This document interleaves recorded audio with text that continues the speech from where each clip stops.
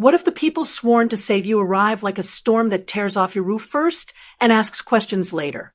If rescue feels like invasion, is safety an illusion we rent from power or a truth we build together? Tonight, stare into the sirens and decide which story you believe. The night began with a smell like burnt toast drifting under my door, a domestic omen that felt too trivial to name and too loud to ignore. I stood on the porch, watched the HOA fountain twitch under moonlight, and listened to a silence that had the texture of held breath. Somewhere a smoke alarm hiccuped, thin and embarrassed, and I felt the old ache of responsibility coil around my ribs. I dialed, and the numbers in my hand were prayer beads, each press a small confession that control is a story we tell to calm ourselves. When the engines came, they did not arrive so much as materialize, red language splashed across stucco, sirens pouring straight into my skull. The wrought iron gate that cost half a school year of HOA dues lurched, shrieked, and then gave way like a polite life finally told the truth. The truck climbed the curb, buried its weight into the sprinkler line, and water erupted in a clear, jubilant wound. Steam kissed the night, and I thought about Hobbes and his Leviathan, a creature we invented so strangers could arrive with authority and leave with our gratitude.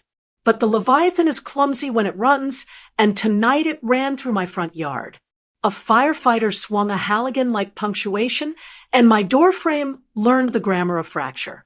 Inside the house, the smoke turned out to be a pan forgotten by a neighbor who had fallen asleep to the lullaby of televised justice. Harmless, they said, but procedure had its own hunger, and procedure had already eaten. I wanted to be grateful, but gratitude felt like a coat that didn't fit my shoulders anymore. What is protection if it breaks the thing it swore to keep entire?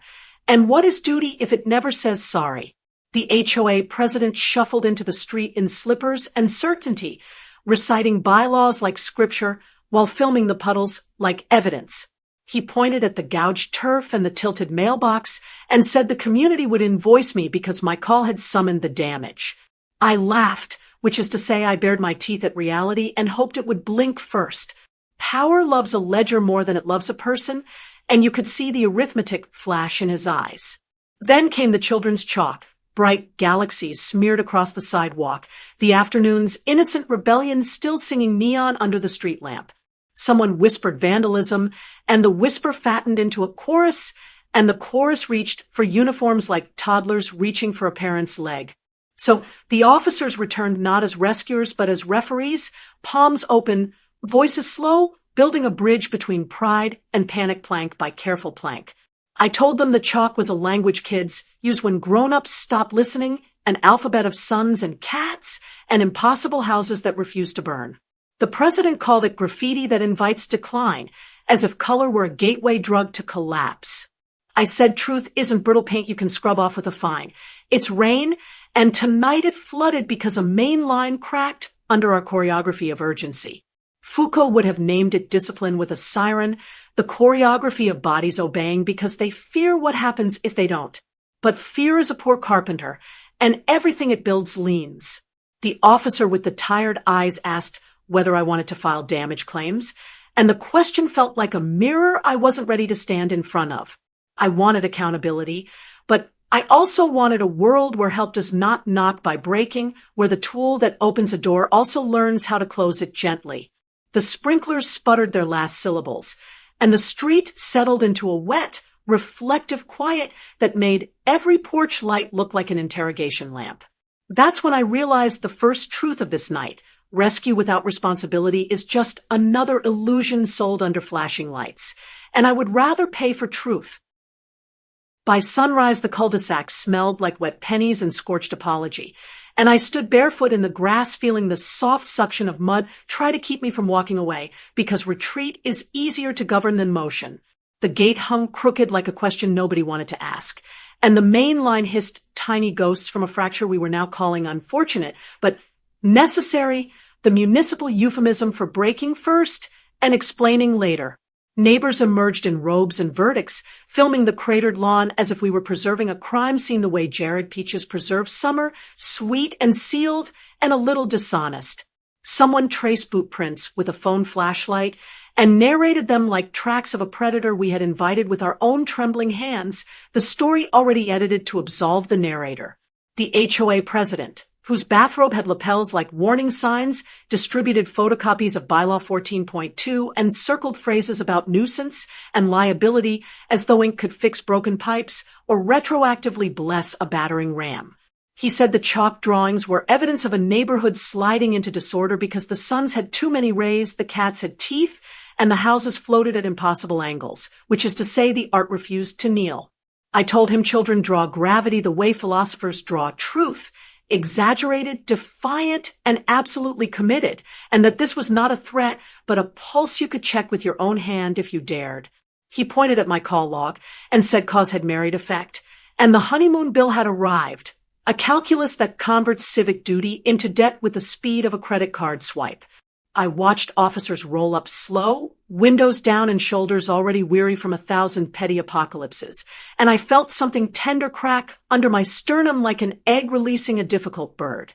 They spoke with the low metronome of conflict managers and asked us to separate into conversational islands, as if speech were a contagion to quarantine before it became a storm.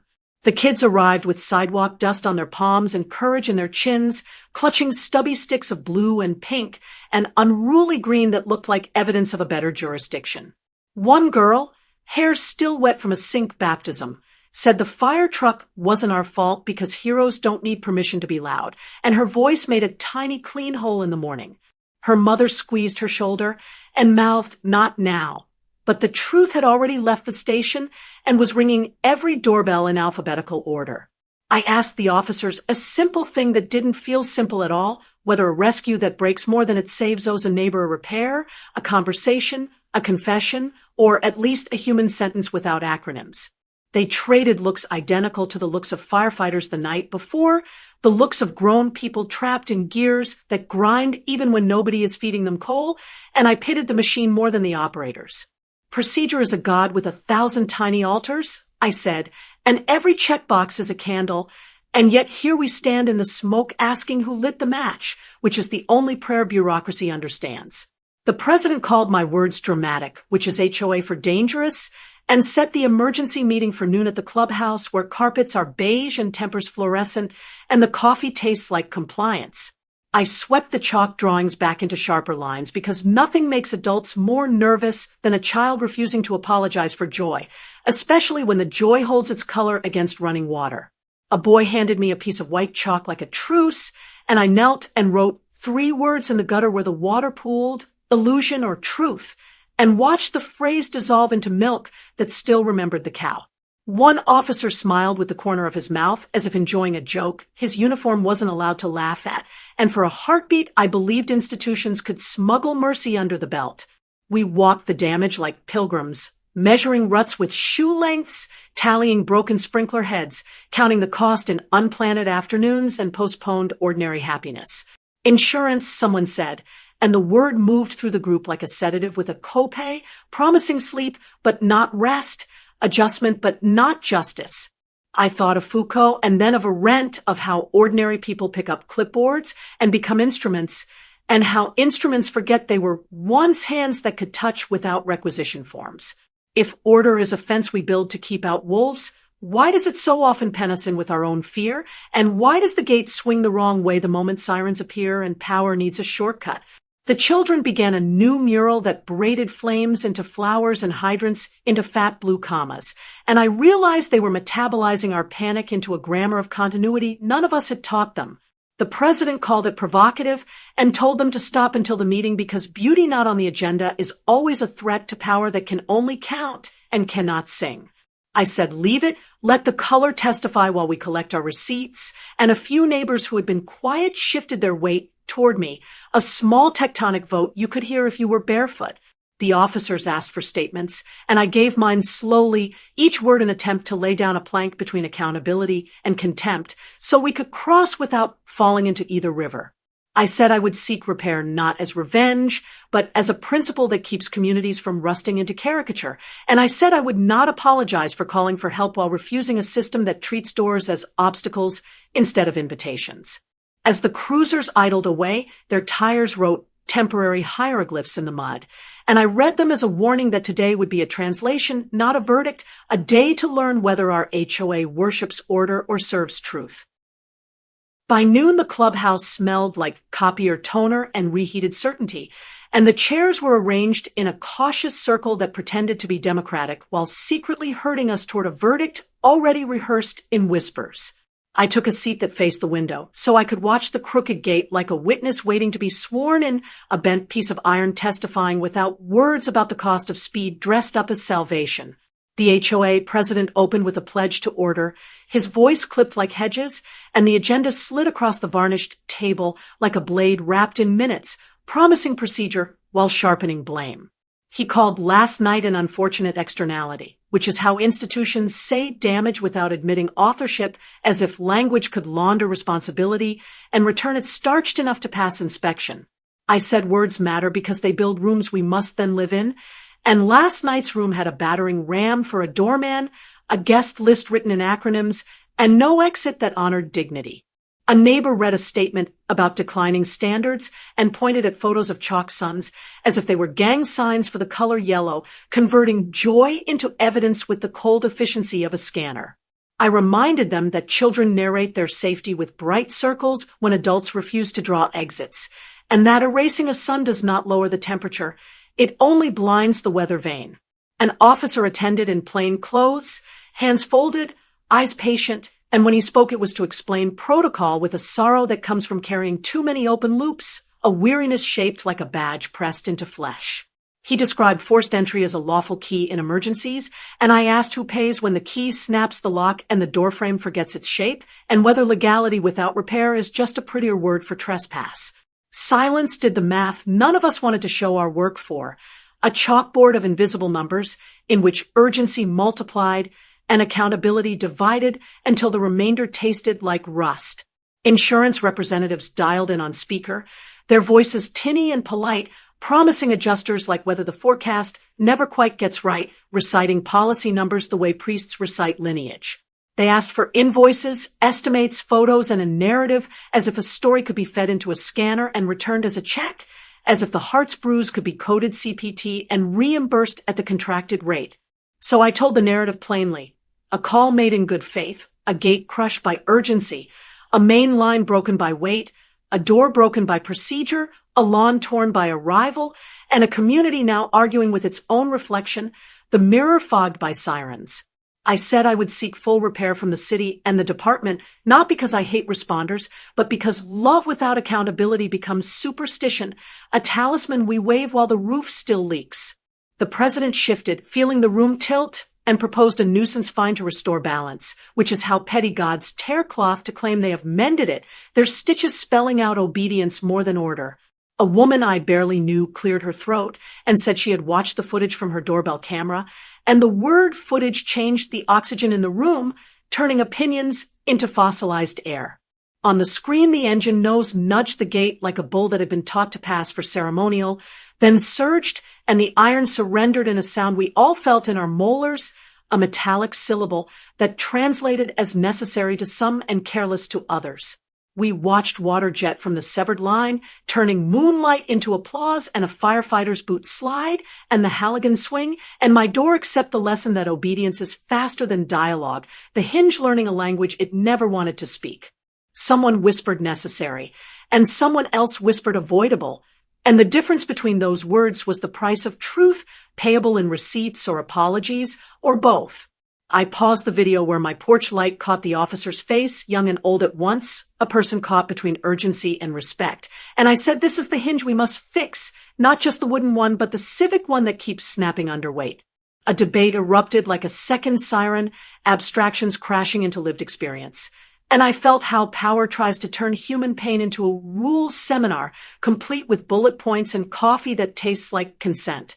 I repeated that I had called for help and would call again, because courage is not refusing rescue, but demanding it arrives like a guest, and not a conqueror with tools that open and hands that know how to close gently.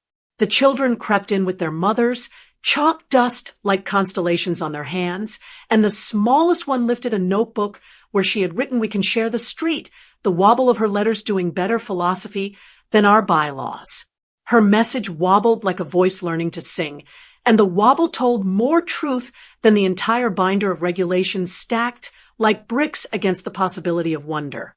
I proposed a motion. The HOA would join me in a formal claim to the city for repairs, the department would meet us on site to walk the damage and design a better arrival plan, and the chalk would stay until the grass healed, a bandage the color of joy refusing to be sterilized into absence.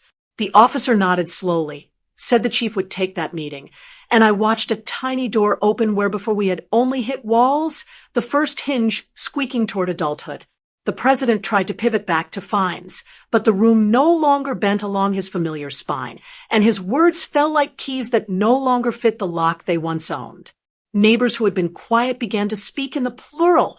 Our gate, our line, our lawn, our children, and I felt the pronoun change like rain after smoke, the sky remembering how to be generous.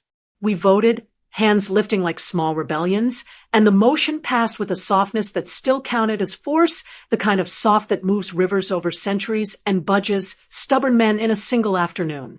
Afterward, the officer lingered to say he would request the body cam files, and I asked whether transparency would arrive quicker than the bill, and he smiled the tired smile of someone who believes in windows even while polishing a wall. The insurance voices promised an adjuster on Tuesday, which sounded like a holiday invented by lawyers, and I replied that we would be ready with measurements, photos, and the truth written large enough to survive a PDF. Outside, the bent gate offered its shadow to the asphalt like a signature, and I signed my name beside it with my shoe, promising the metal we would either fix it or make its bruise famous. A child pressed a blue chalk into my palm and asked if the firefighters were still heroes, and I said yes, and which is the hardest conjunction we teach our hearts, the tether that keeps love from becoming propaganda. The mother exhaled a week's worth of breath and thanked me for not choosing a side that split her daughter in two, and I said we would choose the side that fixes hinges and teaches doors to listen. The president collected his papers with the affronted delicacy of a man who has lost a kingdom and discovered it was only a filing cabinet, and the cabinet was mostly empty. I walked the muddy curb where the water had once made a silver argument against certainty, and I decided we would insist on a new arrival protocol, a map that routes urgency around fragile things, a checklist that ends with knock, apologize, repair. The sun tilted toward evening and flashed against the clubhouse glass, and for a moment the room became a lighthouse for something better, a rotating beam that made honesty look navigable instead of naive. When I stepped onto the sidewalk mural, the chalk brightened under my shadow, and I understood the day's lesson in the simplest grammar. Truth is not the absence of force, but the insistence that force answer to consequence. I closed my eyes, let the heat write its sermon on my eyelids, and promised the gate, the lawn, the line, and the children that I would carry this hinge until it swung, because sometimes justice is just a door that finally learns how to open both ways without breaking anything on its way in. By dusk, the on-site walkthrough felt less like an inspection and more like a pilgrimage to the shrine of consequences, with the bent gate as relic, the split main as reliquary, and all of us carrying candles made of questions. The fire lieutenant arrived with a clipboard and a careful voice, his crew trailing the familiar choreography of competence, and I tasted the paradox that I still trusted the hands that had hurt my house because trust is a muscle you refuse to let atrophy. We began at the gouged curb, where urgency had left its autograph, and I said plainly that necessity without aim becomes carelessness. The way of flood is water that forgot its manners. The lieutenant nodded, then tapped the tablet that held last night's body cam angles, and the street turned into a small theater where we watched ourselves like strangers who needed subtitles. The footage did not lie. The gate resisted, the bumper insisted, the main surrendered, the Halligan punctuated, and my threshold learned the grammar of force in a single rough lesson. I asked whether the lawful key could be taught to speak softer, and the lieutenant surprised me by saying yes, but yes comes in parts, and parts require budget, training, time, and the permission to value finesse over spectacle. Neighbors formed a crescent around the tablet, their faces glowing with the cold light of impartial memory, and a hush braided itself across the group as if reverence could be borrowed from reality. An engineer from the city traced the ruptured line with a finger and admitted the pipe was shallow where the curb slumps, a design sin passed down like a family myth that nobody dared fact-check. The officer from the clubhouse meeting stepped forward with a printout of revised protocols from another jurisdiction. Knock and announce escalations, soft entry kits, gate code caches, proof that urgency can learn to read a room before it flips the table. I felt anger and relief collide inside my ribs like weather, because change arriving as paperwork is both the dullest and the safest miracle we get in civic life. The HOA president cleared his throat to perform relevance, and the street did him no favor, swallowing his words until only the parts shaped like listening remained. I laid out terms without venom. Full repair funded by the city and department, a joint training on this block when the new gate is installed, chalk immunity until the turf is healed, and a standing rule that post-incident apologies are not a courtesy but a clause.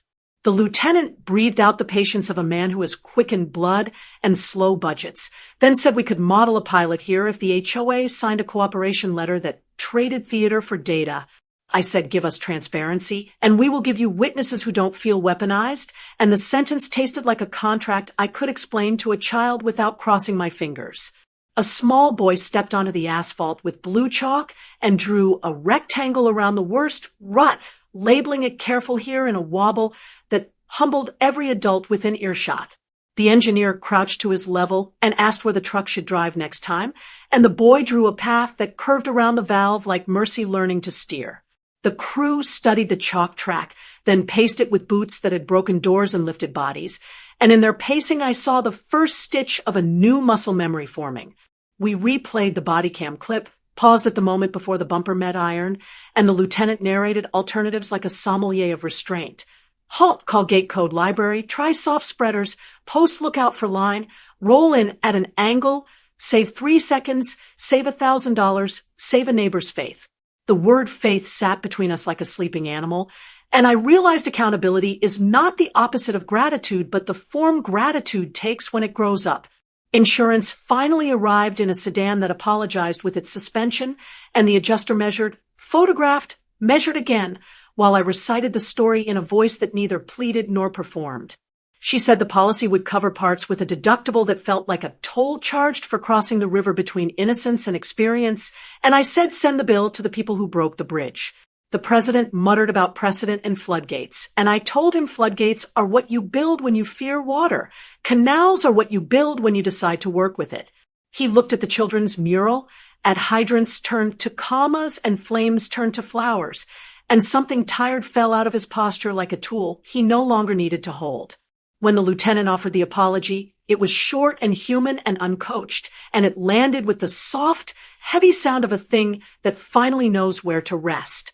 I accepted without absolution, because forgiveness divorced from repair is just a coupon for a store that burned down, and we agreed on dates, parts, and signatures with the crisp finality of paper that will be read by future arguments. The officer scheduled a neighborhood training they called a curbside conversation, and I said good, let the sirens meet the porches before the smoke does, and let the map include the names of the children who drew it. As twilight rinsed the street in the color that makes truth look possible, we chalked a big word at the end of the new path, arrive, and underneath it we wrote the smaller word that keeps big words honest, gently. A breeze lifted the chalk dust and made a small galaxy around our knees, and for a moment we stood inside a universe that would rather coordinate than conquer. I looked at the gate, at the line, at the faces now tuned to the same quiet frequency, and I understood why some miracles look like paperwork and orange cones, because permanence is a rebellion against panic. We dispersed, not as a victory parade, but as a study group that had finally chosen a textbook.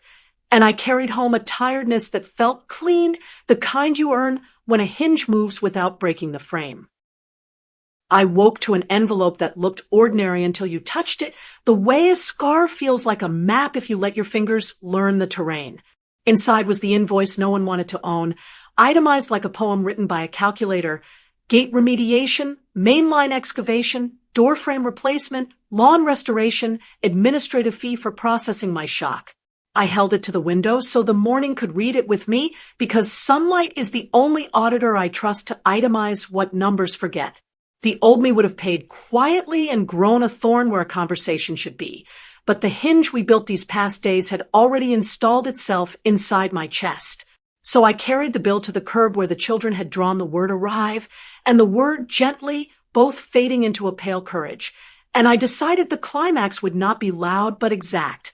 At City Hall, the clerk stamped my claim with a sound like a tiny gavel, and the stamp felt heavier than the paper because it carried the weight of all the times we don't show up. The fire lieutenant met me in the corridor with a folder and a look I recognized from mirrors, the expression of someone mid-confession who refuses to call it virtue. He handed me a signed memorandum accepting financial responsibility for the gate and the line, a practical apology written in the language budget's respect. I said we still needed the door frame because homes remember where they were broken, and he nodded as if understanding that wood has a diary even when it does not keep receipts. The HOA president arrived late, paradoxically early for his own evolution, and placed on the table a rescission of the nuisance fine drafted in legalese, but trembling where it said regret. He cleared his throat and said the board had discovered a preference for truth over theater, and everyone in the room looked briefly taller. Insurance called from the speaker again, this time to say the deductible would be reimbursed by the city's fund, and I felt bureaucracy hum like a machine finally aligned with the work it claims to do. I asked for one more clause, simple and human, that first responders in our district at a step called ordinary reckoning, knock, announce, seek codes, map hazards, apologize if you break, repair if you must. The lieutenant said policy is slow but not deaf, and slid me a draft protocol where my block had become an example not of hysteria but of calibration. Back in the neighborhood, the children organized a ribbon cutting for a gate not yet installed, and their ribbon was a line of chalk hands holding each other across the street. Neighbors brought cookies that tasted like a treaty between sugar and fatigue, and we stood in a semicircle that once would have been a jury but now resembled a choir. The officer with the tired eyes read from the new arrival map, and when he reached the part about the shallow main, he tapped the curb and smiled at the boy who had drawn careful here. I realized the climax had already happened the night we learned to pause the body cam at the moment before impact, because the point is not punishment, but the invention of a different reflex.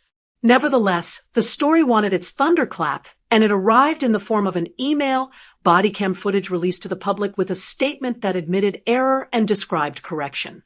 The internet did what it does. Some people applauded, some demanded scorched earth, some drew conclusions with crayons duller than our children's, and I replied to none of them. I walked to my doorframe and laid a palm against the new wood, listening for a future creak, the way you listen to your own breath after a fever breaks. The president shuffled over and asked whether we were enemies or neighbors, and I said those are verbs, not nouns, and today we are doing neighbor better than we were. He asked if the chalk could stay after the grass heals, and I said color is just a citizen wearing light, and he laughed in a way that sounded like a policy being born. The lieutenant parked a block away and walked in. No sirens, no spectacle, just boots that knew the difference between presence and pressure. He apologized again, shorter this time, as if understanding that apologies are truest when they are verbs that keep happening. We signed the final documents on the hood of his truck, and the hood was warm from a sun that had learned how to arrive without breaking anything. When the check came weeks later, it was boring in the most sacred sense, because justice that depends on fireworks cannot hold a roof through winter. I kept a copy of the memorandum in a kitchen drawer beside the batteries, and the flashlight, a reminder that light is not guaranteed and that preparation is a form of love. That night I stood at the repaired gate and watched it swing both ways with a steadiness that felt like a corrected sentence, and I whispered to the metal that it had earned its hinge.